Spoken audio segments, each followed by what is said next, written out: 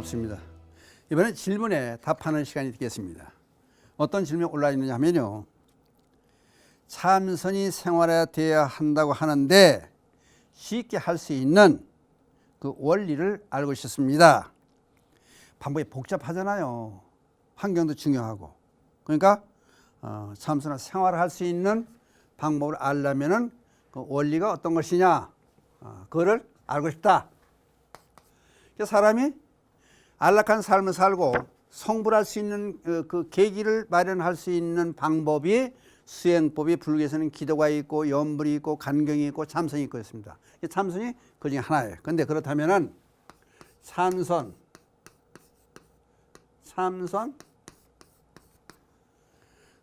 이렇습니다. 쉽게 간단하게 이렇습니다. 참선에 대한 것을 간단히 설명을 드리면서 가정에서 일상 우리 생활에서 할 수 있는 방법을 간단하게 제시해 보고자 합니다. 참선 하도 종류가 많으니까 우선 부처님 당시로 들어가서 부처님이 열반하신 바로 그해 그 가섭존자가 상수가 돼서 경전이 하도 이제 부처님이 열반하시고 난 후니까 이러쿵저러쿵 말이 많아요. 그 다음에 문자로 전부 전해지는 세상이 아니었고 그러니까 결집의 방법을 통해 가지고 통일을 시켜야 될 그런 문제가 나온 거예요. 그래서 가섭존자가 주관이 돼 가지고 제1결집을 해요. 결집을 하는데 여기 500 비구들이 참석을 하는데 가섭존 상수가 되는데 아난존자가 마땅히 나는 여기 참석을 해야 되게 생각했겠죠. 아난존자. 그랬더니 아난존자 못 들어오게 막아요. 너는 안 된다. 자격이 없다. 왜냐? 깨달음을 얻지 못했다. 너는 아직. 가섭존자가 깨달음을 얻지 못했다. 아라한 경지, 나한의 경지, 아라한 경지에 도달을 못했으니 너는 들어오지 못한다. 막아버려요. 이게 아난존자 입장에서 얼마나 화가 나겠어요. 분통이 터지는 거지.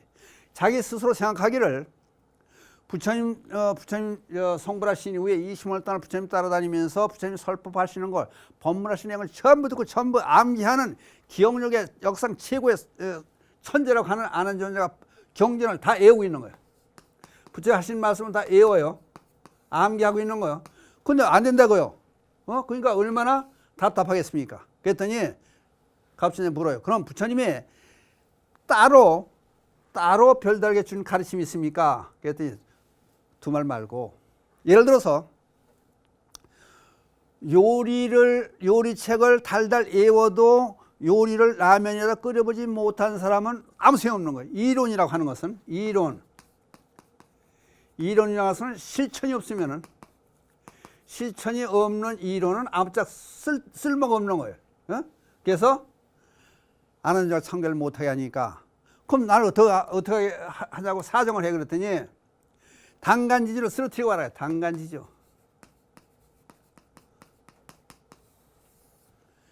그러니까 모르는 사람은 쫓아가서 단간지죠. 절에 이제 상지정에 깃발이 있는 걸 단간지로 가서 쓰러뜨리려고 그러겠죠. 그랬더니 그래도 아는 존자만큼 되니까 생각을 한 거예요. 그러니까 내가 잘났다는 생각, 하여튼 부처님이 하신 말씀을 전부 다 내가 외우고 있다는 그런 얘기, 자기 잘난 생각. 그러니까 이론적으로는 많이 알고 있는데 실천을 못했으니까 깨달음의 길까지 와서 아나한의 경지에 도착하지 못했다. 아라한의 경지에 도달하지 못했다는 그런 자책감이 다 떨어버려요. 그래서 나중에는 같이 참석을 해요. 또 한 가지, 중국에 와서 어떤 일이냐면 금강경의 대가는 주금강 덕산 스님이 금강경을 주신데 금강경의 대가로 이름을 날리고 해설서를 미고 다니는 그런 덕산 스님이 있는데 참선한다고는 선한다고는 참선의 대가로 하는 용담 스님을 찾아가요. 용담을 찾아가지고 이론적으로 금강경에 대해서 잘한다 해설서를 쓰고 뭐 그럴 정도로 되니까 그 얘기를 자기 자랑 얘기를 만 늘어나요. 용단 스님 앞에 가서. 그러고 나서 이제 시간이 많이 지체됐으니까 밤이 깊어가니까 가서 주무세요. 그리고 내보내요. 그리고 신발을 찾기 위해서 나가는데 불을 밝혀주다가 신발 차리가 배란간에 불을 탁 꺼버려. 깜깜절벽이 되는 거예요. 그러니까 그냥 어떻게 할 줄 모르고 신발도 못 찾고 그냥 방황하고 있는 거. 그러면은 우리 한번 생각해 보자고. 배란간에 촛불을 켜놨다 촛불을 안내해주는 촛불을 켜놨다 촛불을 깎았는데 깜깜절벽이 있는데 어디가 어딘지 알 수 없는 그 입장에 금강경 읽었다 해서 금강경 애운다 해서 그게 알아지느냐? 신발을 찾을 수 있느냐? 금강경에 신발 찾는 게 나오느냐? 그냥 당황해서 어떻게 할지는 모르는 거야. 거기서 느꼈다는 게 아니에요. 덕산 스님이. 그냥 마찬가지로 아까 얘기했듯이 불소리를 불불불 100만 번을 애운다서 뜨겁게 되고 불이 오는 건 아니지 않습니까? 그러니까 이론은 이론이다. 그러니까 그렇다면은 실질적으로 우리가 이제 이론을 팔만대장경이 이론이에요. 그 실천은 아니에요. 그러니까 경전을 보고도 실천하는 그런 삶이 있어야 된다. 그래서 불교를 실천의 종교 그렇게 얘기하는 얘기가 실천해야 된다. 그러니까 여기서 등장한 게 이제 참선이 되는 거예요. 참선. 그 우리 행동의 주체가 뭐냐? 마음이 모든 것을 움직인다. 마음이 주체가 된다. 자동차가 움직이다 차가 박아서 교통사고를 냈어요. 그러면 그 교통사고 난 원인이 자동차의 원인이 있느냐? 자동차를 움직이는 사람 때문이다. 그러니까 여기 비유로 그렇게 들은 거예요. 그럼 우리가 잘못되는 일이 있을 때는 마음의 때문에 그렇다. 마음을. 그럼 마음을 바로 하는 길은 뭘 건가? 그래서 등장한 게 예를 들어서 등장한 게 이제 참선이 등장하는 거야. 선이 등장, 참선. 그러니까 고요히. 예. 그러니까 원론적으로 들어가면은 이제 개정에 관한 개, 정, 해. 그러면 선정을 참선에 보는 거예요. 그게 정해 들려면은 행동을 바르게 하면은 반드시 정해 들어야 지혜가 나온다. 그러니까 불교는 알미 종교. 지혜가 수반되지 않는 그런 종교는 존재 가치가 없다. 이제 그런 얘기가 되는 거예요. 그래서 참선이 등장하게 되는데 달마대사가 저희 신벌 전하기 위해서 달마대사가 중국에 가요. 달마. 해가로 이제 이어져서 해가한테서 그 다음에 성찬으로 이어지고 성찬 도신으로 이어져요. 도신에서 홍인으로 이어져. 홍인이 위해서 해능 스님에 가가지고 신수 대사가 북종 스님이 되고 해능 스님은 남종 스님이 돼. 남종 스님이 쭉 흘러내려오다가 세계가 잡힌 것이 나중에 1089년에 이제 대종고 선사에 가서 여기서 참선이 정식 이론적으로 등장을 시켜요. 이때 대종고 선사께서 한 것이 가나선이에요. 가나선이 등장을 해요. 그러면은 가나선이 화두를 드는 거예요. 화두. 그게 뭐냐? 우리 마음이라는 게 가만히 있을 수가 없는 거야. 계속 움직이는 거야. 막 번뇌망상이 막 들끓는 거야. 가만히 있으면 되는데 가만히 있지를 못하는 거야. 생각이. 그러니까 지혜를 제대로 못 보는. 그것을 비유해서 설명을 해요. 비유 설명하는데 여기 지금 산속에 개천이 있는 거야. 개천. 물이 막 흘러가는 거야. 그럼 여기에 돌도 있고 나무꽃들이 있고 막 물이 흘러가는 거야. 그러면 마음을 물의 흐름에 비유를 시켜보는 거예요. 그러니까 물이 조금 고였다 해도 여기 흘러오고 여기 또 흘러내려가고 빠져나가고 옆에서 들어오고 산골짜기 물이. 그러니까 여기에 잠자리가 날아가요. 그럼 잠자리 모습이 제대로 비춰지지가 않는 거야. 비행기가 왜 날아가? 비행기 모습이 비춰. 왜? 물이 파도가 일어나니까, 물결이 나오니까 제대로 일어나요. 그러니까 우리 마음도 항상 죽글듯이 막 뒤범위에서 흘러가니까 사물을 제대로 판단을 못하는 거예요. 세상 이치를 제대로 판단을 못하는 거야. 그러다 보니까 제대로 판단할 수 있는 방법을 알아차리는 것이 여기 뚝을 막는 거야. 뚝을 막아가지고 물이 고이게 만드는 거야. 댐 형태로 물을 고이게 만드는 거야. 그럼 물이 많이 고여 있으면은 여기서 세세가 들어오는 물이 영향을 미치지 않으면은 물이 호수 모양 쭉 뻗으면 물이 많이 고이니까 그 물 위에는 까만 잠자리가 날아가면 까만색으로 보이고 비행기는 비행기 모습이 제대로 보이는 거야. 그러니까 우리 마찬가지로 비유해서 이렇게 제대로 볼 수 있는 방법이 뭐냐? 그러니까 화두를 들게 하는 거야. 그럼 화두. 그러니까 우는 스님이 그런 얘기나 간시골이냐 간시골. 화두 1700가지 공안을 이제 등장시키는데 간시골 그러면 이제 무슨 얘기가 나오냐면 부처가 뭡니까? 그랬더니 간시골 그래요. 간시골이 뭐예요? 간. 말을 건자 써. 말을 건 그래요. 간. 시. 주검시. 골. 막대골. 이렇게 쓰는 거예요. 이렇게. 막대골. 간시골. 다른 말로 하면 방송용으로 적합형 뭐죠? 똥막대기라. 똥막대기. 부처님이 뭡니까? 우문선생 물어봐 그랬더니 똥막대기다 그래. 아니 신성한 성수는 부처님을 비유할 데가 없어 똥막대기 비유하느냐. 이게 도대체 무슨 얘기냐. 그러니까 의문을 그냥 자가를 확 물려놓는 거야. 의문을 주는 거야. 그러면은 아니 신성한 부처님을 성수는 부처님을 왜 똥막대기 비유를 했느냐. 왜 그랬을까. 그걸 생각하면 다른 잡생각이 전부 없어지는 거야. 그러면은 흘러가는 물에 뚝을 댐을 쌓아 막는 듯이 똑같은 현상이 나오는 거야. 의심을 계속 거기에 이제 집중하다 보면은. 그러니까 물이 잔뜩 고이게 되는 거야. 흘러가는 물이 여기에 영향을 미치지 못하니까 그냥 물이 호수물이 거울처럼 잔잔하지. 그러면 거기에 날아가는 주위에 비춰지는 모든 물체들이 제대로 보이는 그 시기가 돌아오는 거예요. 그래서 화두를 이렇게 들게 되는 거예요. 그러면 다른 또 하나 이제 얘기를 해. 그러면 1091년 괭지 정각 스님이 3년 후에 이제 태어난 스님이 있어요. 이 스님이 묵조선을 주장해. 묵조선. 그러니까 지금 가나선 일반 참선에 대한 화두를 드는 가나선에 대해서 갖고 원리를 이 설명을 한 거예요. 지금 의심을 둬가지고 잡생각이 안 나게끔 만든다. 그 다음에 묵조선은 차라리 생각을 수업을 시켜놓는 거예요. 아무 생각도 안 하고 고요에 앉아서 생각을 수업 시켜놔서 자성을 바로 봐서 예를 들어서 깨달음이 길로 가게 하기 위한 거예요. 묵조선은 방법이 조금 틀려요. 이런 선이 있는가 하면은 또 요새는 위빠사나가 있어요. 위빠사나. 이거는 우리 생각이 요동을 치고 움직이니까 예를 들어서 내가 이제 책상 달려고 앉았다. 그러니까 다리가 저리다. 그럼 다리가 왜 저리냐?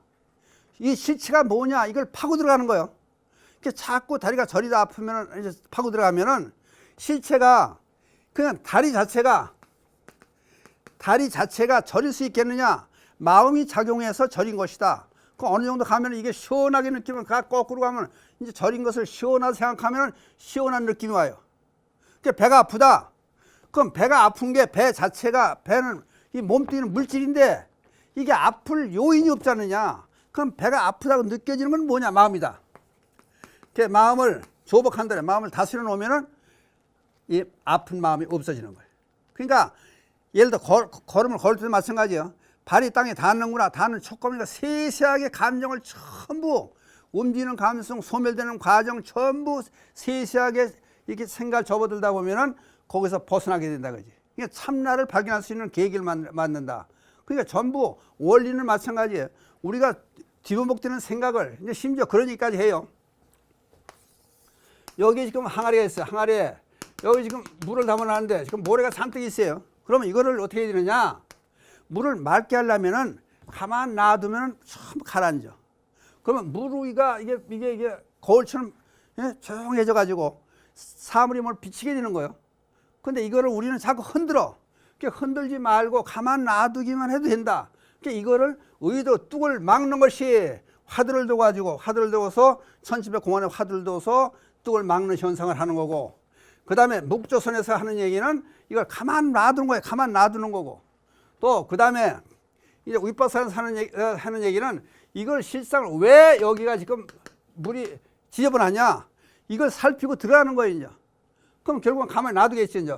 그 과정을 거치는 거예요. 근데 부처님께서는 여기 이제 또 연불선이 들어가. 연불선. 근기에 따라서 사람 따라서 전부 틀리게 연불선은 영명연수선사께서 연불선을 또 이게 찾아내서 만들어내요. 그러니까 관세음보살 연불하는데 부처님을 생각하는 그 마음 하나 일념으로 들어가면은 다른 생각을 멈추게 한다. 그러니까 문제는 우리가 가만히 있으면 생각이 자꾸 뒤범벅이 되는 생각을 멈추게 하는 방법이 뭘까? 그러니까 그것이 연불을 하느냐 또는 이 화두를 두어서 엉뚱한 얘기해서 화두 공안을 두느냐, 공안을 둬서 하느냐, 또는 묵조선을 해서 그냥 전부 생각을 멈추느냐, 또는 세세에 분석하고 들어가서 생각을 멈추게 하느냐, 그래서 그 실상을 파악하느냐, 이게 있어요. 그러니까 어디로 들어가느냐에 따라서 전부 틀려지는 거예요. 그 다음에 안반수의경에 보면 안반수의경에 보면은 부처님께서 그런 얘기를 또 나와요. 부처님께서 이제 이걸 수식관 그래요. 수식관을 닦아요. 숨 쉬는 거, 사람이 죽는 이유는 숨 못 쉬면 죽는 거예요. 그러니까 우리는 무의식적으로 숨을 쉬는데 이걸 의식화시키자. 의식화시켜서 숨을 쉬게 하면서 습관에 대해서 이게 익혀지면은 나중에 무의식의 상태로 돌아가게 만든다면은 그게 똑같아요. 여기 물을 가라앉혀서 물이 맑아져 가지고 사물이 그대로 비치는 것과 똑같은 효과가 오는 거예요. 숨을 쉬어서 숨으로. 그러면 즉에 이제 수식, 수를 쉬어요. 안반수익이면 수식. 그다음에 상수, 숨과 내가 하나 따라서 같이 가는 거야. 그다음에 지, 멈추더라는 거야. 숨을 쉬는지 안 쉬는지 모르는 그 상태로라는 거야. 그다음 관의 세계가 나오는 거야. 그다음에 세상을 바로 볼 수 있는 그런 눈이 열리기 시작하는 거예요. 그 다음에 환이라고 그래요. 환. 그 다음에 정, 돌아올 환, 맑을 정. 2단계 들어가면 깨달음의 길로 들어가고 세상이 이체 하나가 되는 거예요. 6단계 수식, 상수, 지, 관, 환, 정. 이것이 안반수익에 나오는 부처님의 참선법이 말하자면. 그러니까 여러 가지 방법이 다 많아요. 많은데 한 가지를 요약하면 원리가 뭐냐. 우리가 망상되게 움직이는 마음이 지금 그러니까 다른 예를 하나 들면은 도가 뭐냐 물어보면은 평상심, 좋습니다. 평상심 시도 그래. 평상심 시도 평상심이 바로 도다. 그럼 평상심이 어떻게 하는 거냐? 밥 먹을 때 밥 먹고 자고 싶을 때 자는 것이다. 그럼 그게 무슨 도요? 그랬더니 이거는 80살 먹은 저 어린애 애들도 이론은 알 수 있지만 80 먹은 노인에도 실천을 못하는 것이다. 그럼 뭐냐? 자고 싶을 때 자고, 먹고 싶을 때 먹고, 가고 싶을 때 가고, 그렇게 하는 것이 바로 평상심 도다. 그러면 우리가 이제 예를 들어서 지혜의 길로 들어가서 여기 얘기했던 아까 안반수익 선생님 부처님의 수행법 들어갔으면 정의 입장에 들어가면은 자기가 마음대로 하는 행동이 전부 자연과 합일되는 그런 행동을 한다. 근데 우리는 어떻게 하느냐? 밥 먹을 때 밥만 먹지 않고 밥 먹을 때는 잠잘 때 얘기, 다른 사람 만났을 때 얘기, 엉뚱한 생각을 하고 밥을 제대로 못 먹는 거예요. 그러면 잠잘 때는 밥 먹던 얘기, 다른 사람 만났던 얘기, 잠을 못 자고 밤에 뒤척거리는 거예요. 그러니까 모든 일들이 우리 마음을 안정시키는 것이다. 그러니까 안정시키는 방법은 여기 지금 얘기할 때 뭐 가나선도 있고 묵조선도 있고 연불선도 있고 윗바사나도 있고 안반수익에는 수식관도 있고 여러 가지를 얘기했지만은 우리 생활 속에서 김치를 열심히 담근다. 그럼 김치 삼매 그래요. 김치 삼매. 하나의 열중해서 일심으로 정신을 쏟아보면은 그 다음에 자연과 하나 되니까 제대로 된 맛을 내기 위해서 산다. 그 다음에 그림 그리는 사람이 그림 그려서 열심히 그림을 그려요.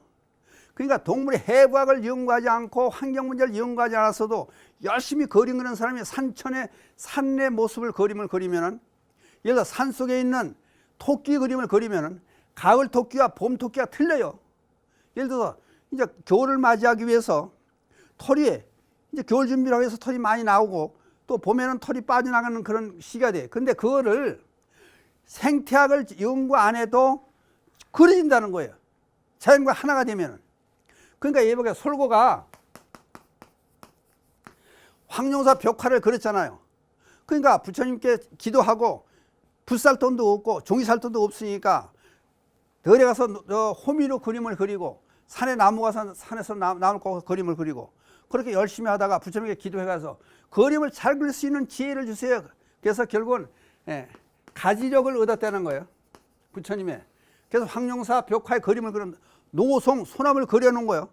그러니까 이거를 미술학원에서 배운 것도 아니고 이론적으로 배운 것도 아니고 열심히 해서 하나로 자연과 하나 되는 그 경지에 들어가다 보니까 삼매 들으니까 그러니까 이렇게 여기서 얘기했던 삼매 참선의 경지에 이 경지에 들어가니까 소나무 자체 그대로의 그림을 그렸다는 거예요.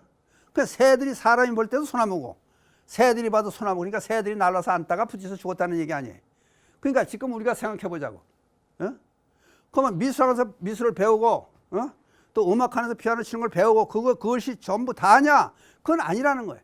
자연과 합일되는 방법은 우리가 우리의 망상, 번뇌 망상을 전부 떨쳐버리고 열심히 하게 되면은 하나가 될 수 있다. 그것을 우리는 삼매라고 한다. 다른 말로 선정이라고 한다. 그러기 위해서는 맨 처음에 얘기했던 계정에 사회 규범을 지키고 부처님이 설하신 5계를 중심으로 한 계를 지키고 그러면 정에 들 수가 있고 정에 드는 게 선정, 이 과정이 되는 거야. 선정이 들죠. 그 다음에 지혜가 나온다. 그럼 세상 이치와 환히 알 수 있는 그런 경지에 도달한다. 그러니까 하는 목적은 계정의 사막에서 설명이 되는 거예요. 그러니까 이런 모든 것은 어떤 방법이든 좋아요. 그럼 묵전을 해도 좋고 또는 가나설을 해도 좋고 염불설을 해도 좋고 윗바산을 해도 좋고 또는 안마 스윙 와서 수식관을 해도 좋고 모든 게 다 괜찮은데 열심히 사람이 책을 읽다 보면 독서 삼매 들어가는 거예요. 그러니까 이게 꼭 하나의 방법이 아니고 앉아서만 하는 게 참선이 아니고 움직이면서 다니면서 일하면서 하는. 그러니까 생활의 달인이라는 사람들 텔레비 같은 데만 소개를 봐요. 한 분야 열심히 평생 살다 보면 그 분야의 달인이 되는 그것이 바로 참선이고 묵조선이고 가나선이고 윗바사나고 삼매에 든 것이다. 그거. 그러니까 우리 생활 속에서 얼마든지 찾을 수 있다. 그래서 아까 질문 온 거를 참선이 이렇습니다. 그래서 이론을 단시간에 20분 내지 25분 동안에 설명하니까 참 바빠요 나도. 그러니까 여러분들이 원리는 뭐다 하는 거 알면 스스로 방법을 찾아서 할 수 있어요. 그 책을 책방 가서 보시면은 남방의 손이라는 책도 많이 나와 있고 또 안반수의경도 있고 또 저는 오쇼의 명상법도 봤고 그냥 명상이라는 책을 전부 설명 다 봤어요. 책방에 나와 있는 책으로 발행된 책들은 다 봤지만은 자기 나름대로의 방법을 찾아서 해야 된다. 그러니까 열심히 일하는 것 자체가 바로 참선에 드는 길이다. 그것은 바르게 살고 그 다음에 정에 들고 그 다음에 지혜를 증득하는 것, 그것이 불교의 세트로 되어 있는 하나의 과정이다. 그 말씀을 드리면서 참선이 이렇습니다는 설명을 마치기로 하겠습니다. 그러면 마지막으로 나오는 개성을 외우는 것으로 이 시간을 끝내기로 하겠습니다. 불보살님이 자비광미 늘 함께 하셔서 이 땅에 불국청토 되어지이다. 나무불, 나무법, 나무성. 감사합니다.